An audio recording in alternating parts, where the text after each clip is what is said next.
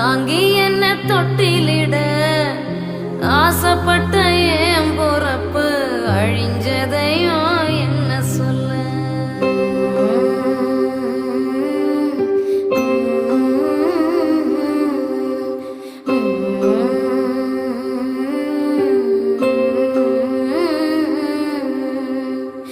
துள்ளி விளையாடலையே தோல் சாஞ்சு தூங்கலையே பள்ளிக்கூடம் போகலையே பால் நிலவ காங்கலையே என்ன தந்த